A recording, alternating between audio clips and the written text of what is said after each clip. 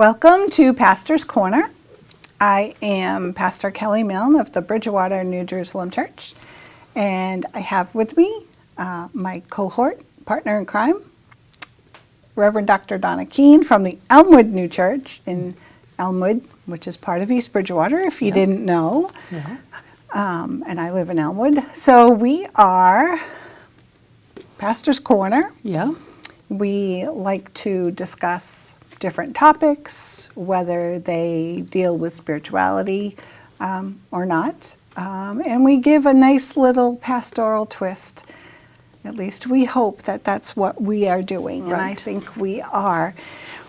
If you have not joined us before, take a look back at our previous programs. We are on episode 19 today. That's pretty amazing. It is. I know. Next time is 20. We'll, as you said, have a party. Have a party.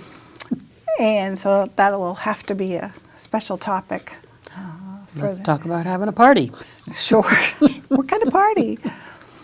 So today, with it being January 8th, I believe. Yes. Today is the 8th, 2026. We decided that we would take a chance and talk about the new year, since it just got here. And a couple days ago, we had the celebration of Epiphany. So we are calling today Epiphany in the New Year, and I'm sure it will come about with many twists and turns. As usual. As always. So let's see. What is Epiphany? I know people have probably heard it. Yes, we get epiphanies. We get this aha moment. Yeah. And the technical definition that you have. Yes, because I looked it up. You did. Epiphany means a revelation of some ineffable knowledge. And then we have to look up the word ineffable. And that simply means we can't know. It's beyond our ability to know. So an epiphany is a revelation of that which is beyond our ability to know. Right. And I think that we've all had them. Oh, sure. And it's very difficult to describe and explain a personal epiphany unless we're used to and comfortable with that idea that some aha moment happened.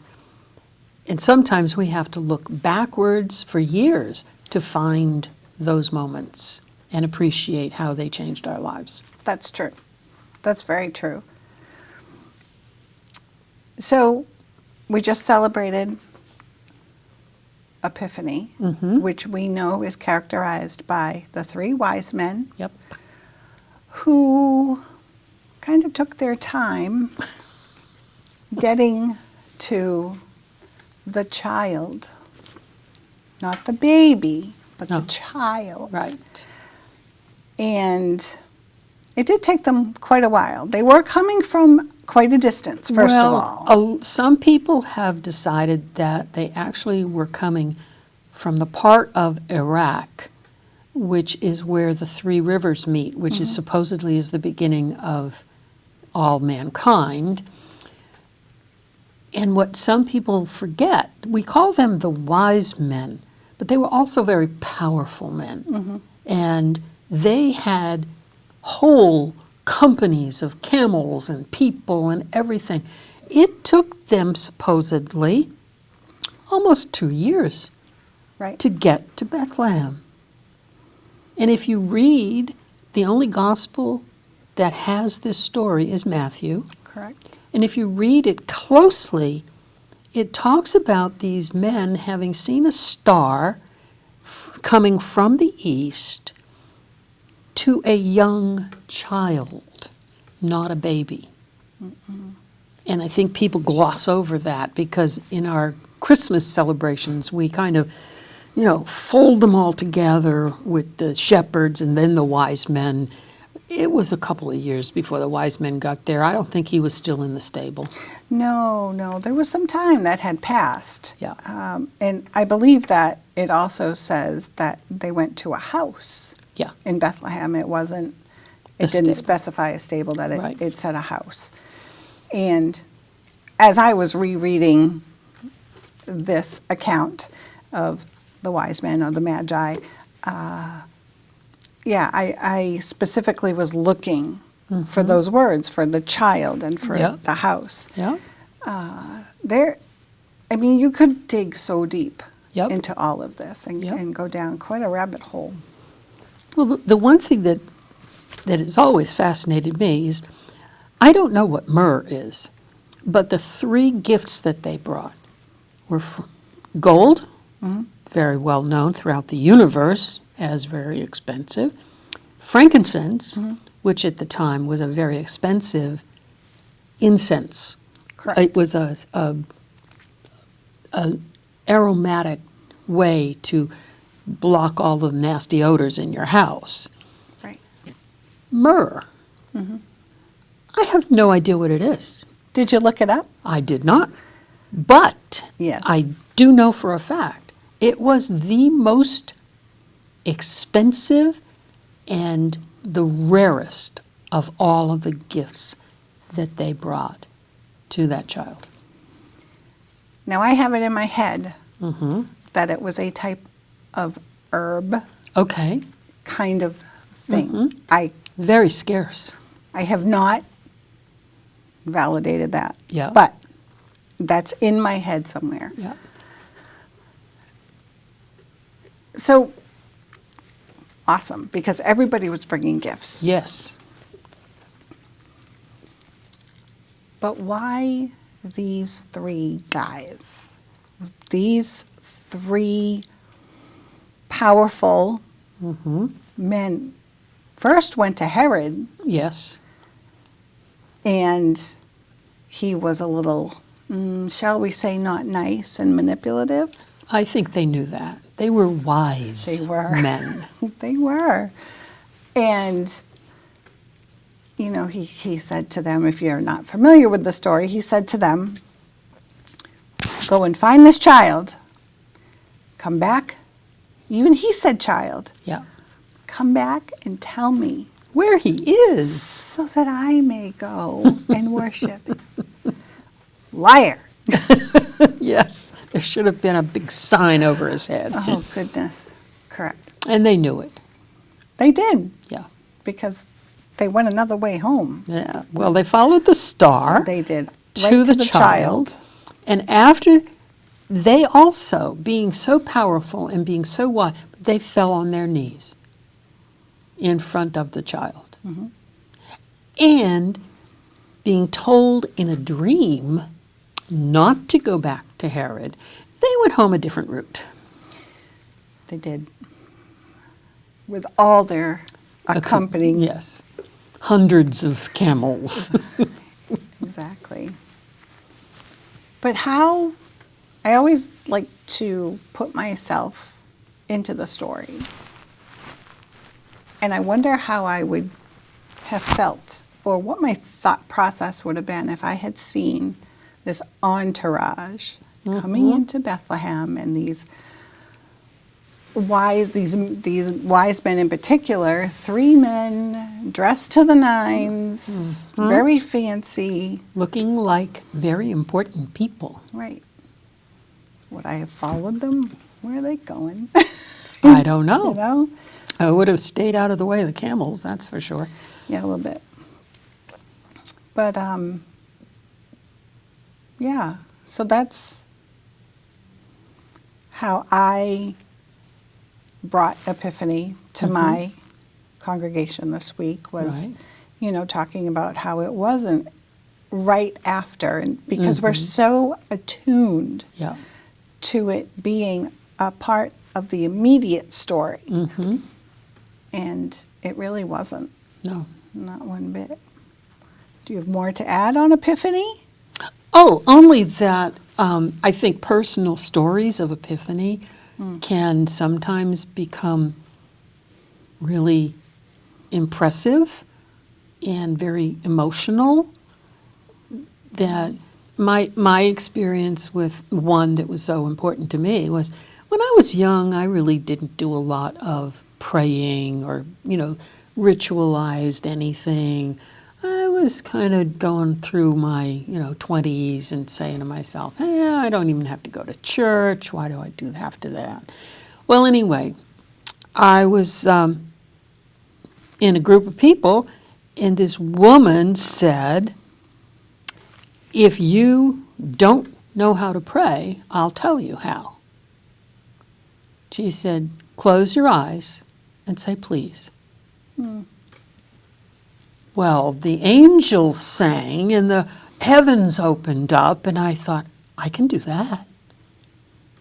I can do this.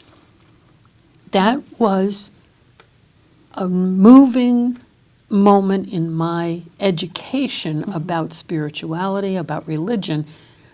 If I wanted a relationship with God, I didn't have to call him by name. Right. I just simply said, please. Right. You were ready. I was in the right place at the right time, listening to the right person speaking. Absolutely. And that, I think, is the kind of epiphany. It doesn't have to be, you're not on top of a mountain. You don't have to go anywhere special. It just has to happen inside. Right. And you mentioned how sometimes we have to look backwards Yep. to see those moments. Yep. And having mentioned this before, in the book of Esther, and she has a whole story, which is fantastic. But there's a verse in there that says, perhaps this is the moment for which I was created. And I had heard that a few times. But then, sitting on the beach, just kind of thinking, and that pops in my head. And what moments have I been created for? And were they all aha moments? No. No. But then there are the ones where we have an epiphany that we can't explain. And I feel like sometimes people don't know how to take it Right. when we are ready to share Right. that epiphany that we can't really explain. I had a friend who was a Jesuit priest. He was in his 80s at the time. I was much younger than I am now. And I walked up to him and said, can I ask you a question? He said, sure. I said, how do you know if you've had a spiritual experience, an epiphany? And he smiled and he said, did you want to shout it from the rooftops and tell everybody about it because it was so important? I said, oh yeah. He said, at the very same time, did you want to hold it in your heart and tell no one because it was so important? I said, yeah. He said, you had a spiritual experience. And on that note, we'll be right back.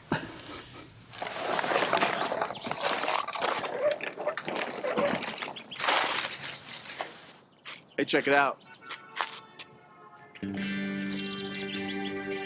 Huh. What happened to that guy? Hey, get that sign back up! You're not alone. Together we stand.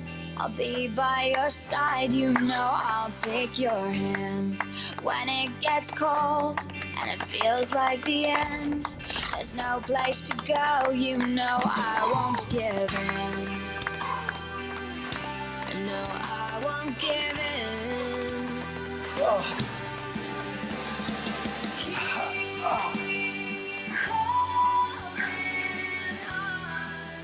Cause you know we'll make it through, we'll make it through. Excuse me, begging your indulgence, sir. I'm a wealthy foreign dignitary, and I would like your help moving a vast sum of money into this country. I would let you keep most of it, but I would like to have some of it back, too. Please, take this certified cashier's check as a portion of the transaction. Get lost. Scams like these don't work as well in person. That's why most of them are done online. Welcome back. Let's hope the suspense has kept you drawn in. That was a pretty profound definition of a spiritual experience. And it just makes so much sense. Yeah, Yeah. because you really can't describe it, but you can look at whether you want to talk about it or cherish it. And if both things are happening at the same time, Ah, yeah, exactly. Exactly. yeah, that's what that is. I mean, it would be kind of funny, but we might know why everyone's walking around like, oh, you know. That would be great. Spiritual experience? Yeah. Okay. Epiphany? Yeah. I gotcha. So, this is also the new year. Yes. And as we have looked back in our life on certain epiphanies or experiences that we have had, we have a new year. And I know that a lot of times once we get into a new year, everyone says, oh, what did you do in 25? What did you know, what do you want to change? What do you want to do? I'm done with that. I need to go that way. Yeah. I need to go forward. Yeah. I need to, I don't want to say resolutions because I think there's such a connotation to, well, if I fail, you know. Last year, for instance, I wanted to up my self-care because in our profession, it's very important that we take care of ourselves. It's important for everyone to take care of themselves. And it's okay to indulge in a little self-care. So I actually accomplished that through November. Excellent. And then life got crazy because it's the holidays. So I have one for this year so far, but I was definitely in a different thought process all last year doing a look forward. What am I looking forward to? So I hope that people can do that. My goal this year, I did get a book for Christmas that I asked for, and it's reading through the Bible in a year, but not cover to cover. Oh. It's chronological. Yeah. So I just did a little bit of Genesis, and now I'm in Job, and if you know anything about Job, but yeah, trying very hard to insert that in my day Yeah. has been a good thing. Yeah. Has been a good thing. But is there any advice? Well, You would say about New Year and yeah. I'm always reminded of the episode where Jesus goes up on top of a mountain and he has a couple of his disciples come with him. And while they're there, they see this brilliant white light. And there's Elijah and Moses and Jesus. And they're all talking together. And then the light disappears and there's only Jesus. And the important part of the story is the disciples want to build a stela, which was a monument to that experience because it was so important to them. And Jesus says, no, we're going back down the mountain where the work is.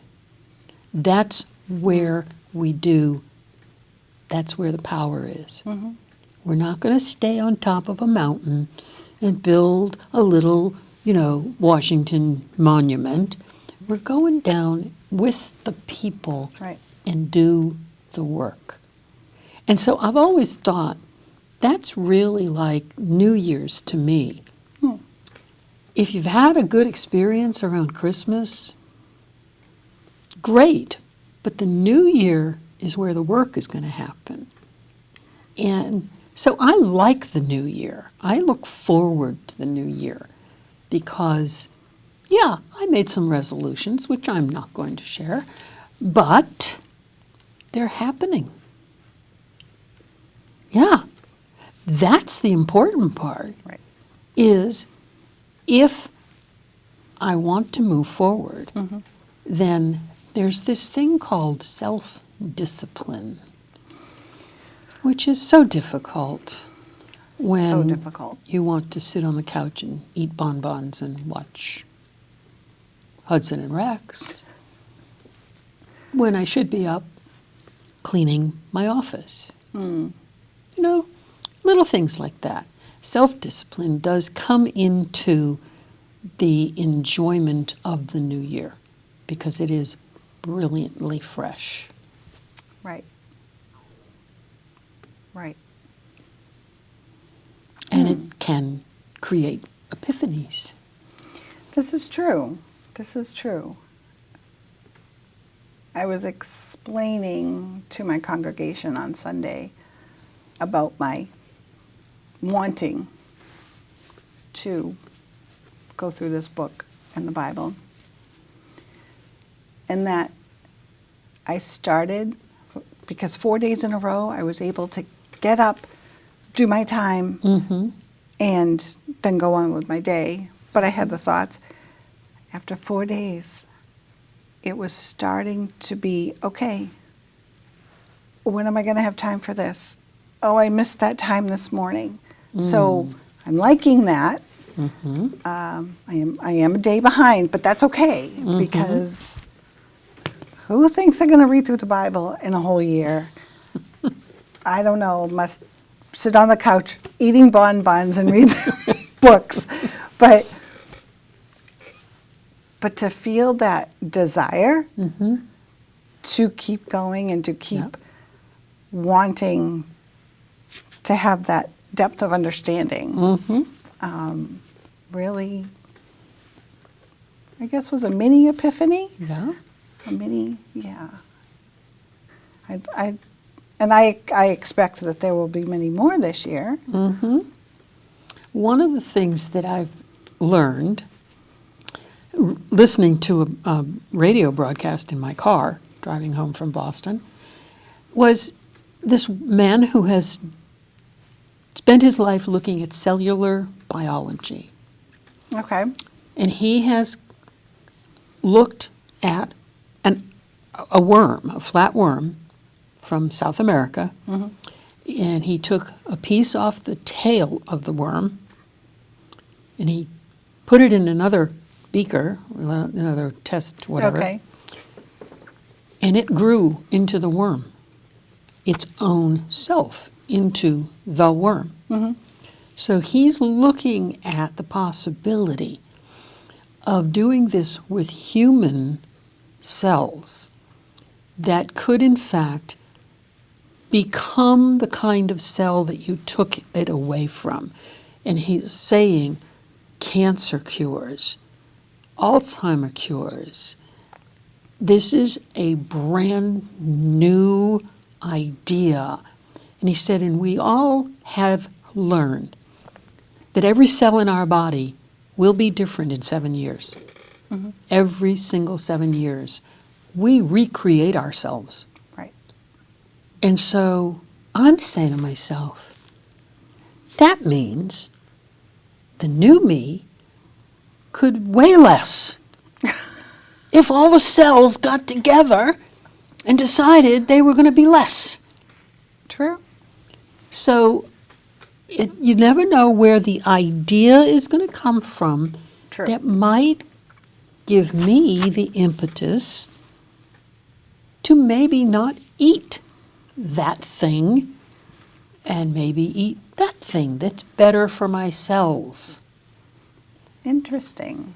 That's very interesting. Had never thought about my body as being a cellular thing, and I need to treat them well. We do. Yes. That was an epiphany for me. That's very interesting. So we're putting science. Into the Epiphany in the new year. I like it. Yep. I like it. And I think that scientifically, we are getting close to all those things if we haven't already, and they're just not available so much. But for one person to have that thought, that epiphany, and how it can affect so many others, Right. that's pretty amazing. Yeah. Yeah. And because of the state of the world that we went through in the last year, Yes. I have discovered that there's a saying that says that hope is the most sincerest prayer. And so I've decided to hope. I think that's what we need to do. Yeah. We need to hope. We need to have hope. Mm-hmm. And we need to share that hope, because things may have been quiet for a little bit, but they're not right now. No. And hope is what will get us through to the next part, Mm-hmm. whatever that part is. Yeah. Fortunately, I don't watch the news very much. Yeah. However, there are certain things I like on social media. And when something happens, social media is inundated with that type of news. Right. And there are still people with hope, Mm-hmm. even through tragedy. Yep. And we have done an entire show on hope, if you'd like to look back. But I think we're fortunate that we have the ability to hope Mm-hmm. and to hang on to that hope and to make that hope an epiphany. Yes. Yeah.